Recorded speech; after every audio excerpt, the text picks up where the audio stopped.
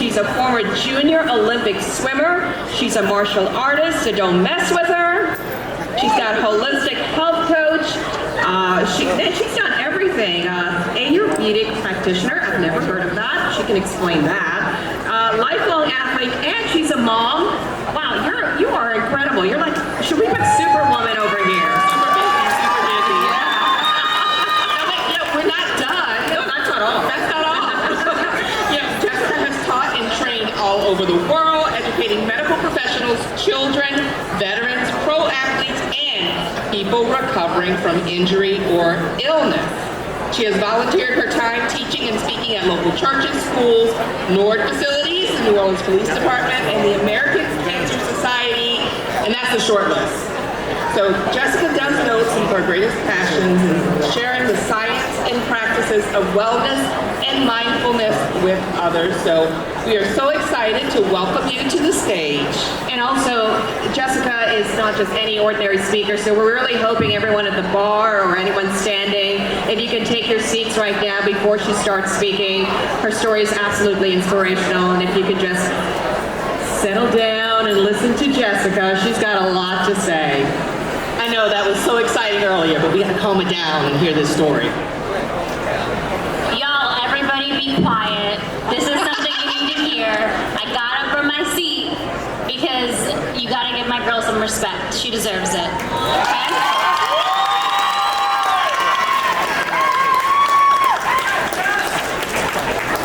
So, thank you. I usually start my yoga classes with please close your mouths, open your ears, and tonight, please open your hearts.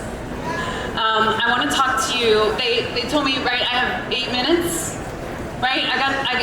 But like, how much time do I have is actually the question that I just asked my doctor on Monday at Benson Cancer Center. So I want to talk to you tonight about time and how precious it truly is. I'm laughing because my friends when I was first diagnosed, they were like, oh, you're gonna be like some cancer influencer. Like, thank you for being here to see this come into like full prophecy fulfilled. Not the reason I necessarily wanted to be standing on a stage speaking to you, but here we are, such is life. So with 8 minutes, with whatever amount of time that we have, I just want to ask you, please, if you can, because I'm pretty nervous, close your eyes for we'll go 30 seconds. If you can close your eyes and just think for a moment of any moment of gratitude. It could be a person, a place, a thing, a moment. It could be right now. But just 30 seconds of your time, your very, very precious time, in silence right now. I'll keep the time.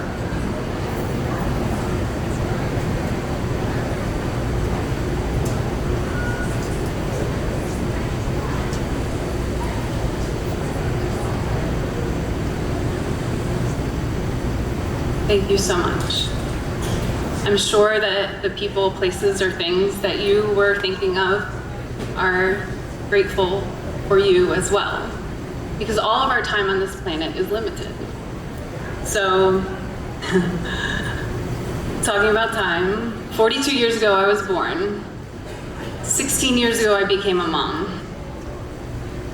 9 years ago I started teaching yoga to the saints. 6 years ago my mom passed away.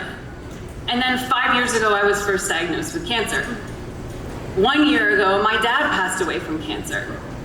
And 8 months ago, I was told that my cancer, which has recurred multiple times, is incurable. At this point, most people are they're just like, how'd you get the job with the Saints?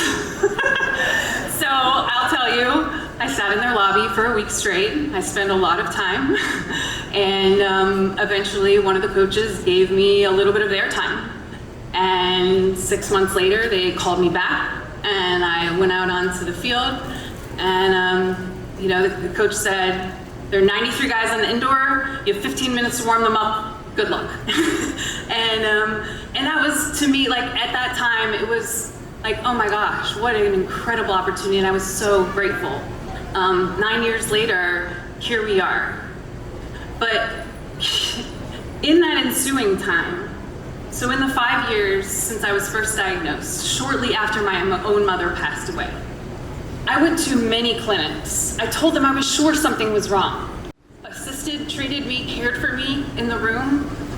I mean, dear friends, like people who, like me, were like, this is my nightmare. I hate cameras, the lights are crazy, this is like, ugh. But again, if even one single person in this room, if your heart and mind can be changed, if you can look to the people in your life and the moments of time in your life, like it is so finite, it is so short. And I truly like urge you to recognize that. There was a day I was walking out of the cancer center and I was so distraught, having like had a really hard visit, and I walked out of Baptist straight into Napoleon, and an old lady in a Cadillac almost killed me. She was speeding, and like, I mean, she rolled down the window, and she was like, oh, babe, you know, she called me baby, she apologized. I was like, no worries, man. Like, tears just streaming. I was like, no worries. Like, honestly, the irony, if I got hit by an old lady in a Cadillac walking out of the cancer center, like, Jesus, take the wheel, you know? So, I really mean that. I'm not selling anything. I have, like, all I'm trying to offer is a bit of my own personal experience with truly, again, how precious, how short, and how sweet life is. Please cherish it. Tell the people that you love them while you can. You know, it is, like, the words, I love you, are never wrong. Whether someone's going through cancer or any other hardship, we all experience suffering. I am not alone. I know every single person in this room has suffered in some way. It doesn't have, I know there's a handful of you who are also have been through cancer, but I hope that none of you have to stand in my shoes, which incidentally broke right before I walked in. I don't want you to have to stand, I'm not standing in my shoes, but I don't want you to have to either, right? Please, like, take care.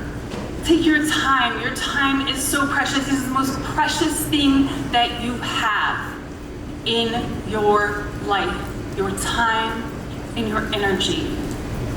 And so I urge you, please, to just respect, and if you can find a newfound way, a lens of looking at life, knowing that your time is finite here, nothing is promised, nothing at all.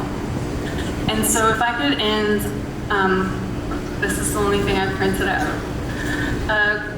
a beautiful quote by George Bernard Shaw that I just want to share. This is a true joy in life, being used for a purpose, recognized by yourself as a mighty one, being a force of nature, instead of a feverish, selfish little clod of ailments and grievances, complaining that the world will not devote itself to making you happy. I am of the opinion that my life belongs to the whole community, and as long as I live, it is my privilege to do for it what I can. I want to be thoroughly used up when I die, for the harder I work, the more I live.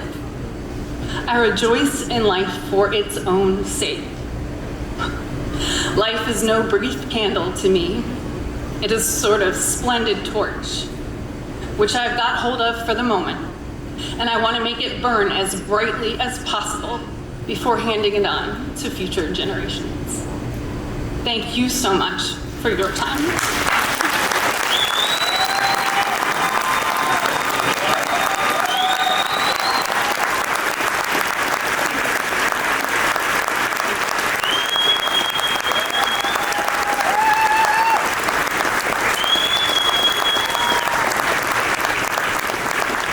Jessica, thank you so much. I don't think there's a dry eye in the room right now.